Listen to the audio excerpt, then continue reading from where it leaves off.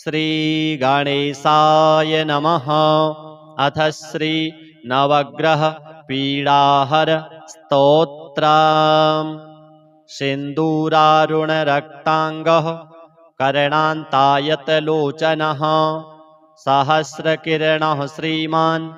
सप्ताश्वकृतवाहनः गभस्तिमाली भगवान् शिवपूजापरायणः करोतु मे महाशान्तिं ग्रहपीडां व्यपोहतु जगदाप्यायनकरो ह्यमृताधारशीतलः सोमः सौम्येन भावेन ग्रहपीडां व्यपोहतु पद्मरागनिभानेन देहेना पिङ्गललोचनः अङ्गारकः शिवे भक्तो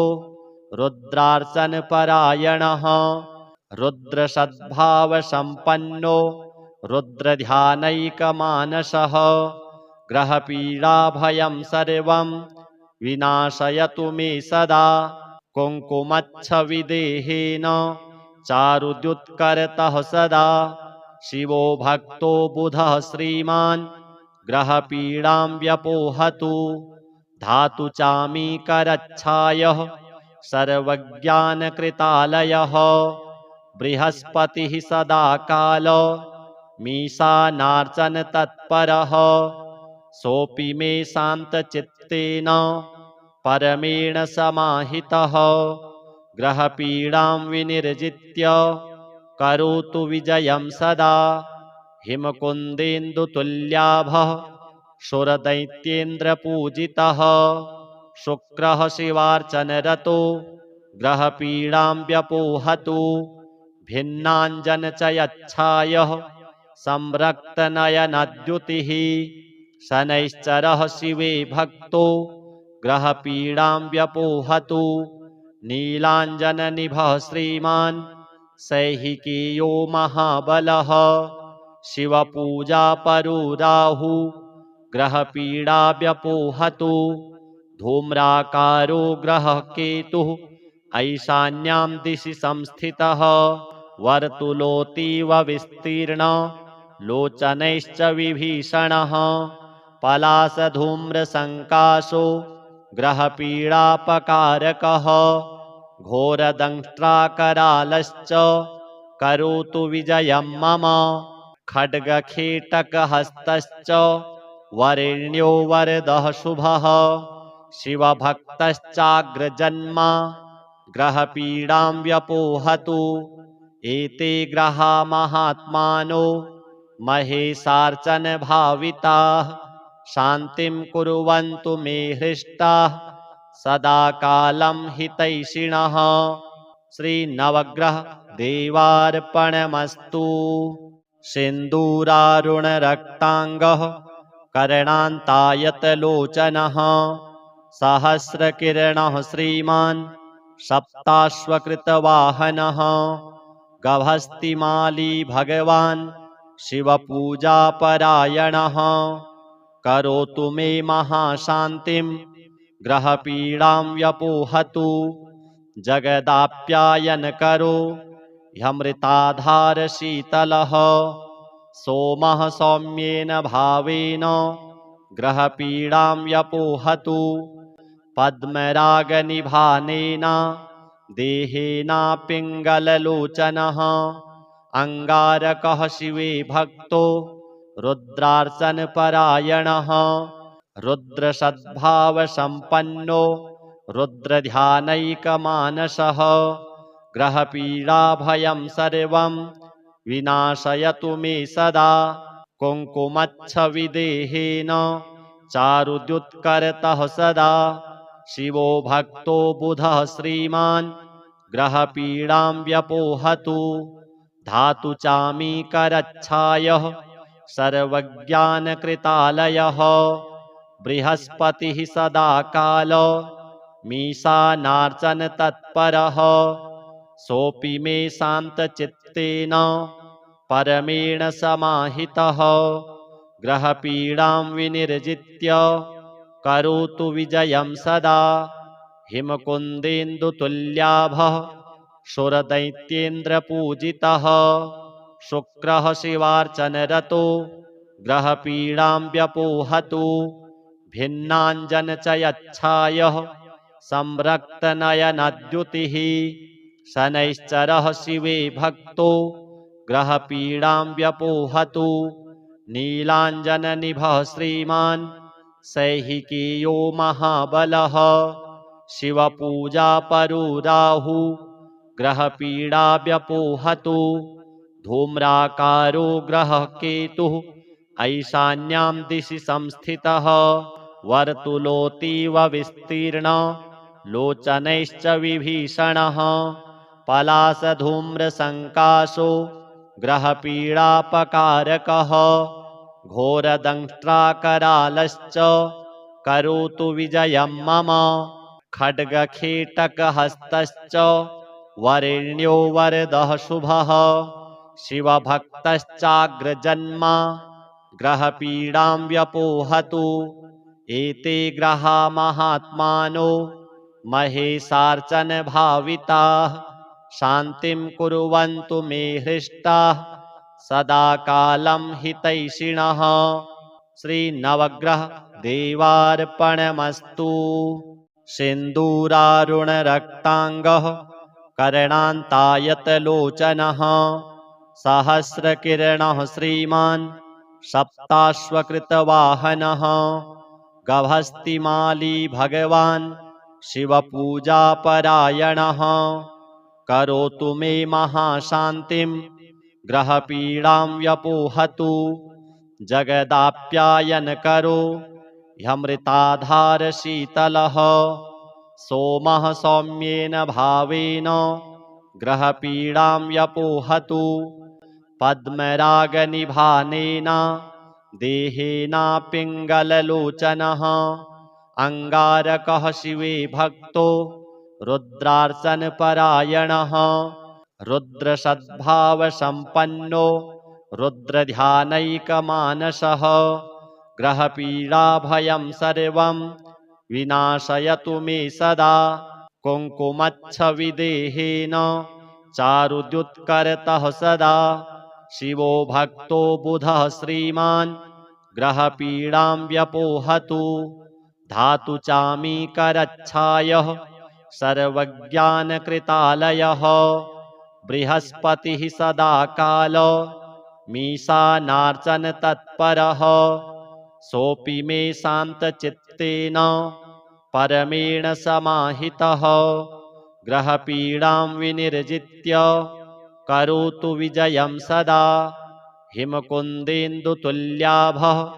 सुरदैत्येन्द्रपूजितः शुक्रः शिवार्चनरतो ग्रहपीडां व्यपोहतु भिन्नाञ्जन च यच्छायः संरक्तनयनद्युतिः शनैश्चरः शिवे भक्तो ग्रहपीडां व्यपोहतु नीलाञ्जननिभः श्रीमान् सैहिकीयो महाबलः शिवपूजापरो राहु ग्रहपीडा व्यपोहतु धूम्राकारो ग्रहः केतुः ऐशान्यां दिशि संस्थितः वर्तुलोऽतीव विस्तीर्ण लोचनैश्च विभीषणः पलासधूम्रसङ्काशो ग्रहपीडापकारकः घोरदंष्ट्राकरालश्च करोतु विजयं मम खड्गखेटकहस्तश्च वरेण्यो वरदः शुभः शिवभक्तश्चाग्रजन्मा ग्रहपीडां व्यपोहतु एते ग्रहा महात्मानो महेशार्चनभाविताः शान्तिं कुर्वन्तु मे हृष्टाः सदा कालं हितैषिणः श्रीनवग्रह देवार्पणमस्तु। सिन्दूरारुणरक्ताङ्गः कर्णान्तायतलोचनः सहस्रकिरणः श्रीमान्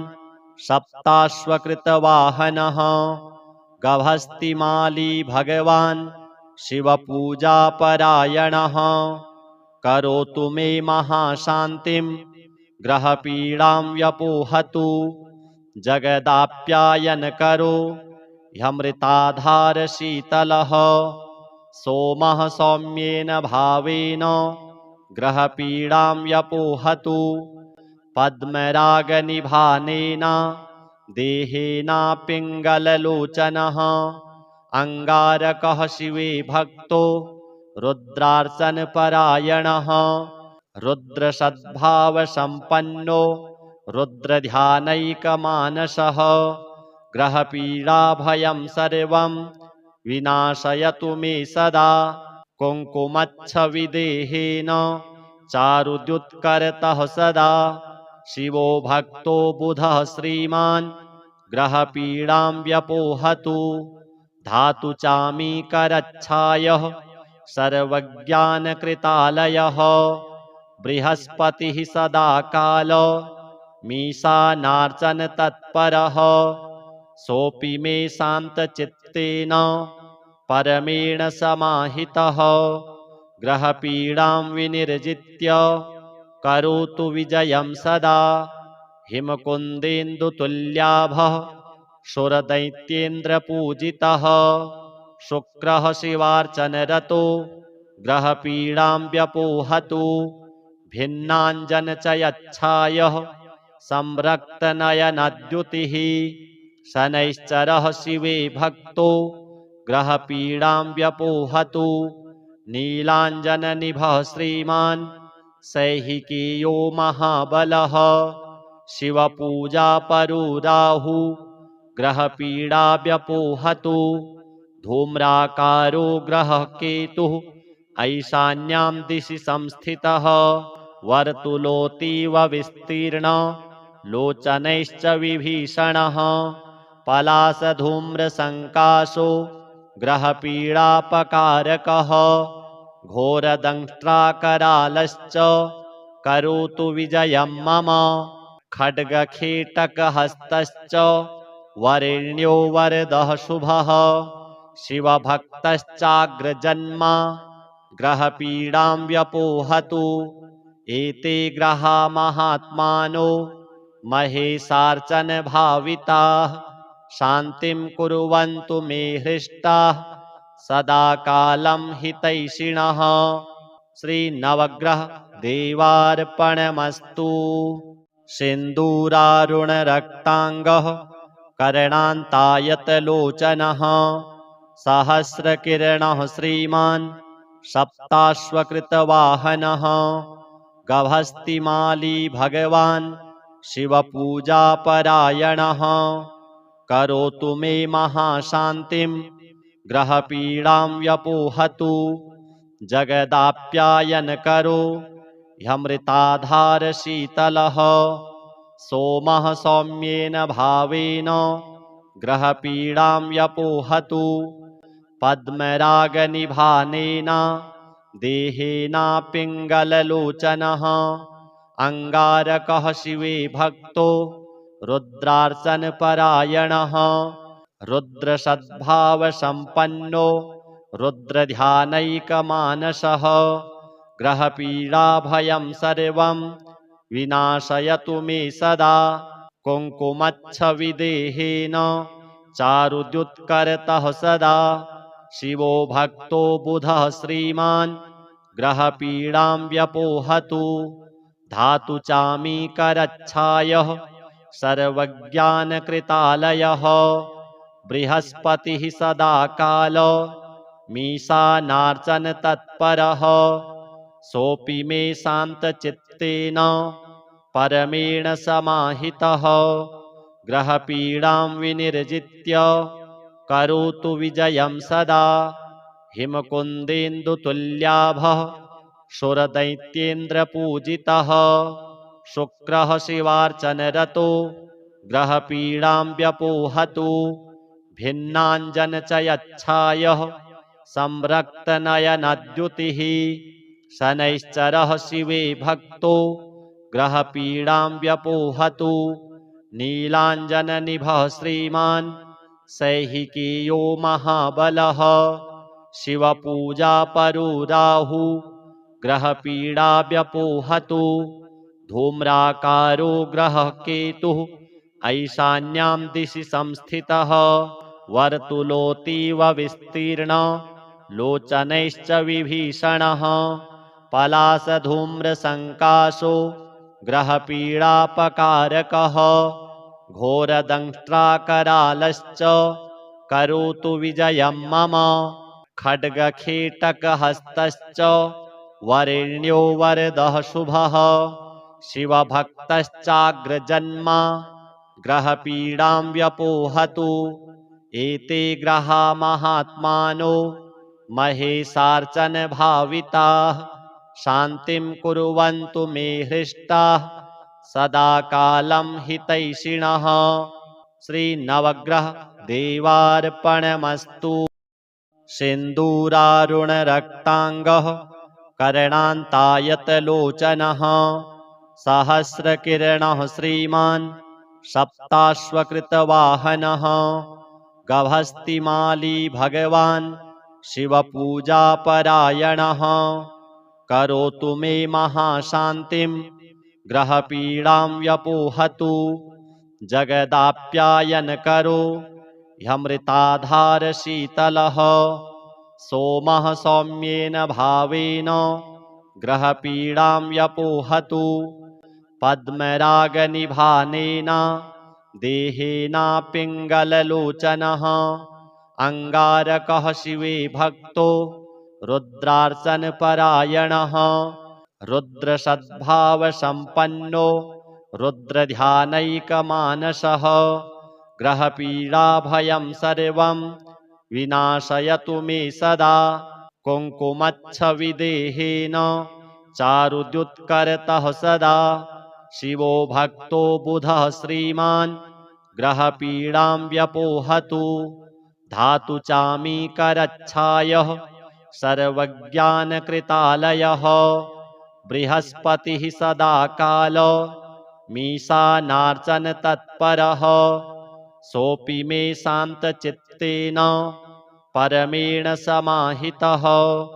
ग्रहपीडां विनिर्जित्य करोतु विजयं सदा हिमकुन्देन्दुतुल्याभः सुरदैत्येन्द्रपूजितः शुक्रः शिवार्चनरतो ग्रहपीडां व्यपोहतु भिन्नाञ्जनचयच्छायः संरक्तनयनद्युतिः शनैश्चरः शिवे भक्तो ग्रहपीडां व्यपोहतु नीलाञ्जननिभः श्रीमान् सैहिकीयो महाबलः शिवपूजापरो राहु ग्रहपीडा व्यपोहतु धूम्राकारो ग्रहः केतुः ऐशान्यां दिशि संस्थितः वर्तुलोऽतीव विस्तीर्ण लोचनैश्च विभीषणः पलासधूम्रसङ्काशो ग्रहपीडापकारकः घोरदंष्ट्राकरालश्च करोतु विजयं मम खड्गखेटकहस्तश्च वरेण्यो वरदः शुभः शिवभक्तश्चाग्रजन्मा ग्रहपीडां व्यपोहतु एते ग्रहा महात्मानो महेशार्चनभाविताः शान्तिं कुर्वन्तु मे हृष्टाः सदा कालं हितैषिणः। श्रीनवग्रह देवार्पणमस्तु। सिन्दूरारुणरक्ताङ्गः कर्णान्तायतलोचनः सहस्रकिरणः श्रीमान् सप्ताश्वकृतवाहनः गभस्तिमाली भगवान् शिवपूजापरायणः करोतु मे महाशान्तिं ग्रहपीडां व्यपोहतु जगदाप्यायनकरो ह्यमृताधारशीतलः सोमः सौम्येन भावेन ग्रहपीडां व्यपोहतु पद्मरागनिभानेन देहेनापिङ्गललोचनः अङ्गारकः शिवे भक्तो रुद्रार्चनपरायणः रुद्रसद्भावसम्पन्नो रुद्रध्यानैकमानसः ग्रहपीडाभयं सर्वं विनाशयतु मे सदा कुङ्कुमच्छविदेहेन चारुद्युत्करतः सदा शिवो भक्तो बुधः श्रीमान् ग्रहपीडां व्यपोहतु धातु चामीकरच्छायः सर्वज्ञानकृतालयः बृहस्पतिः सदा काल मीशानार्चन तत्परः सोऽपि मे शान्तचित्तेन परमेण समाहितः ग्रहपीडां विनिर्जित्य करोतु विजयं सदा हिमकुन्देन्दुतुल्याभः सुरदैत्येन्द्रपूजितः शुक्रः शिवार्चनरतो ग्रहपीडां व्यपोहतु भिन्नाञ्जनचयच्छायः संरक्तनयनद्युतिः शनैश्चरः शिवे भक्तो ग्रहपीडां व्यपोहतु नीलाञ्जननिभः श्रीमान् सैहिकीयो महाबलः शिवपूजापरो राहु ग्रहपीडा व्यपोहतु धूम्राकारो ग्रहः केतुः ऐशान्यां दिशि संस्थितः वर्तुलोऽतीव विस्तीर्ण लोचनैश्च विभीषणः पलासधूम्रसङ्काशो ग्रहपीडापकारकः घोरदंष्ट्राकरालश्च करोतु विजयं मम खड्गखेटकहस्तश्च वरेण्यो वरदः शुभः शिवभक्तश्चाग्रजन्मा ग्रहपीडां व्यपोहतु एते ग्रहा महात्मानो महेशार्चन भाविताः शान्तिं कुर्वन्तु मे हृष्टाः सदा कालं हितैषिणः श्रीनवग्रह देवार्पणमस्तु सिन्दूरारुणरक्ताङ्गः कर्णान्तायतलोचनः सहस्रकिरणः श्रीमान् सप्ताश्वकृतवाहनः गभस्तिमाली भगवान् शिवपूजापरायणः करोतु मे महाशान्तिं ग्रहपीडां व्यपोहतु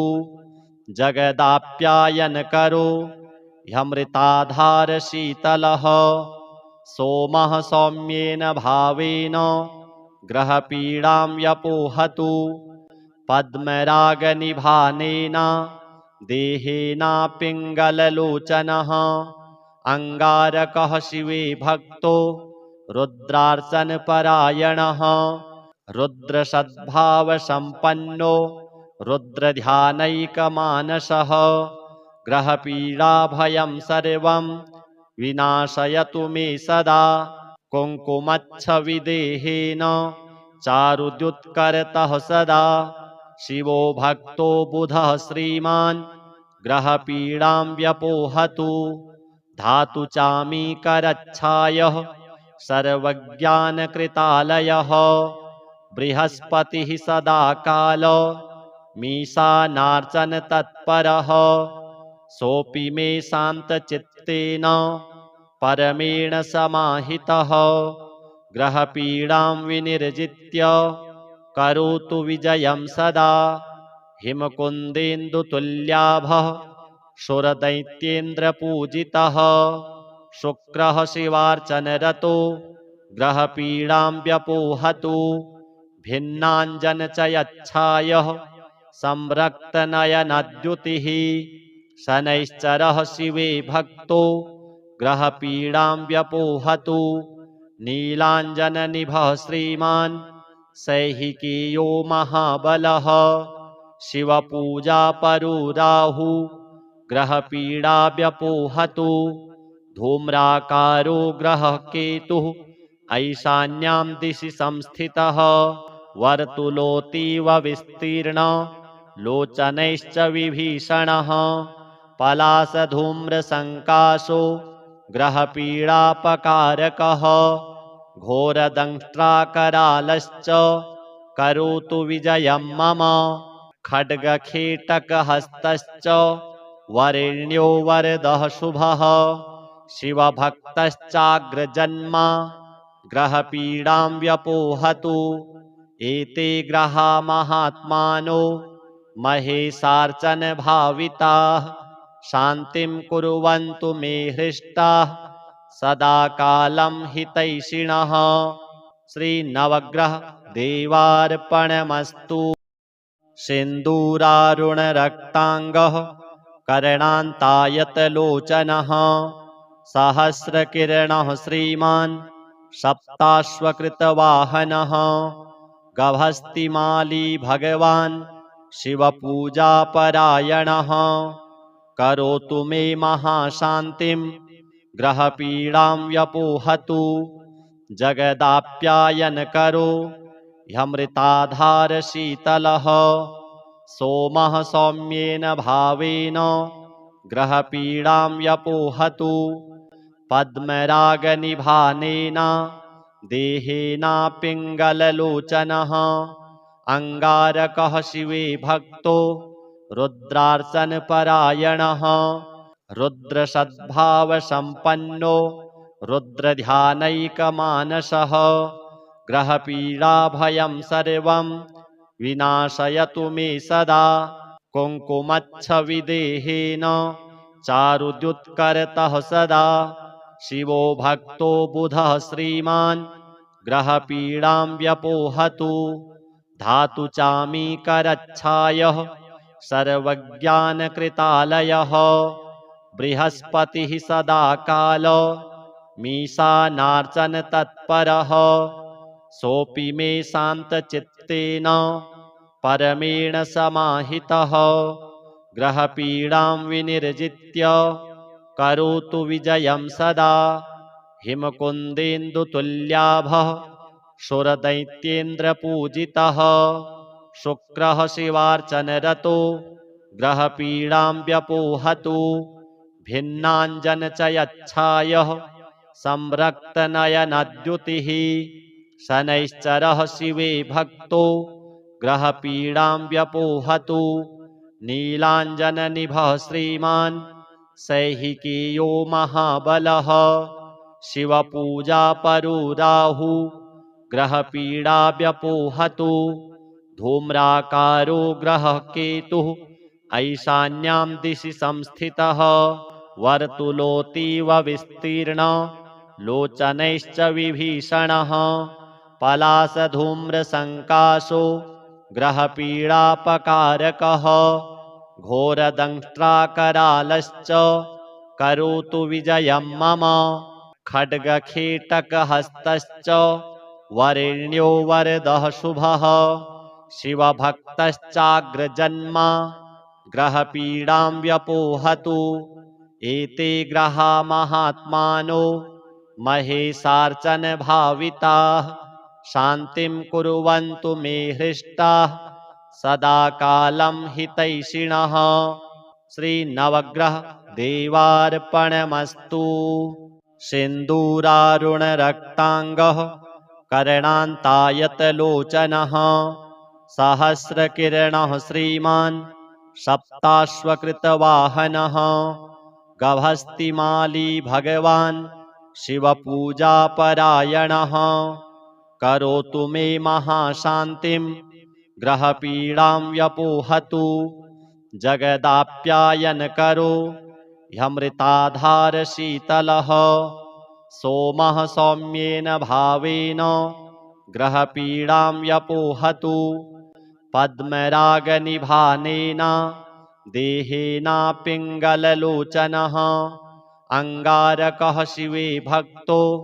रुद्रार्चनपरायणः रुद्रसद्भावसम्पन्नो रुद्रध्यानैकमानसः ग्रहपीडाभयं सर्वं विनाशयतु मे सदा कुङ्कुमच्छविदेहेन चारुद्युत्करतः सदा शिवो भक्तो बुधः श्रीमान् ग्रहपीडां व्यपोहतु धातु चामीकरच्छायः सर्वज्ञानकृतालयः बृहस्पतिः सदा कालो मीशानार्चन तत्परः सोऽपि मे शान्तचित्तेन परमेण समाहितः ग्रहपीडां विनिर्जित्य करोतु विजयं सदा हिमकुन्देन्दुतुल्याभः सुरदैत्येन्द्रपूजितः शुक्रः शिवार्चनरतो ग्रहपीडां व्यपोहतु भिन्नाञ्जनचयच्छायः संरक्तनयनद्युतिः शनैश्चरः शिवे भक्तो ग्रहपीडां व्यपोहतु नीलाञ्जननिभः श्रीमान् सैहिकीयो महाबलः शिवपूजापरो राहु ग्रहपीडा व्यपोहतु धूम्राकारो ग्रहः केतुः ऐशान्यां दिशि संस्थितः वर्तुलोऽतीव विस्तीर्ण लोचनैश्च विभीषणः पलासधूम्रसङ्काशो ग्रहपीडापकारकः घोरदंष्ट्राकरालश्च करोतु विजयं मम खड्गखेटकहस्तश्च वरेण्यो वरदः शुभः शिवभक्तश्चाग्रजन्मा ग्रहपीडां व्यपोहतु एते ग्रहा महात्मानो महेशार्चनभाविताः शान्तिं कुर्वन्तु मे हृष्टाः सदा कालं हितैषिणः श्रीनवग्रह देवार्पणमस्तु। सिन्दूरारुणरक्ताङ्गः कर्णान्तायतलोचनः सहस्रकिरणः श्रीमान् सप्ताश्वकृतवाहनः गभस्तिमाली भगवान् शिवपूजापरायणः करोतु मे महाशान्तिं ग्रहपीडां व्यपोहतु जगदाप्यायनकरो ह्यमृताधारशीतलः सोमः सौम्येन भावेन ग्रहपीडां व्यपोहतु पद्मरागनिभानेन देहेनापिङ्गललोचनः अङ्गारकः शिवे भक्तो रुद्रार्चनपरायणः रुद्रसद्भावसम्पन्नो रुद्रध्यानैकमानसः ग्रहपीडाभयं सर्वं विनाशयतु मे सदा कुङ्कुमच्छविदेहेन चारुद्युत्करतः सदा शिवो भक्तो बुधः श्रीमान् ग्रहपीडां व्यपोहतु धातु चामीकरच्छायः सर्वज्ञानकृतालयः बृहस्पतिः सदा काल मीशानार्चन तत्परः सोऽपि मे शान्तचित्तेन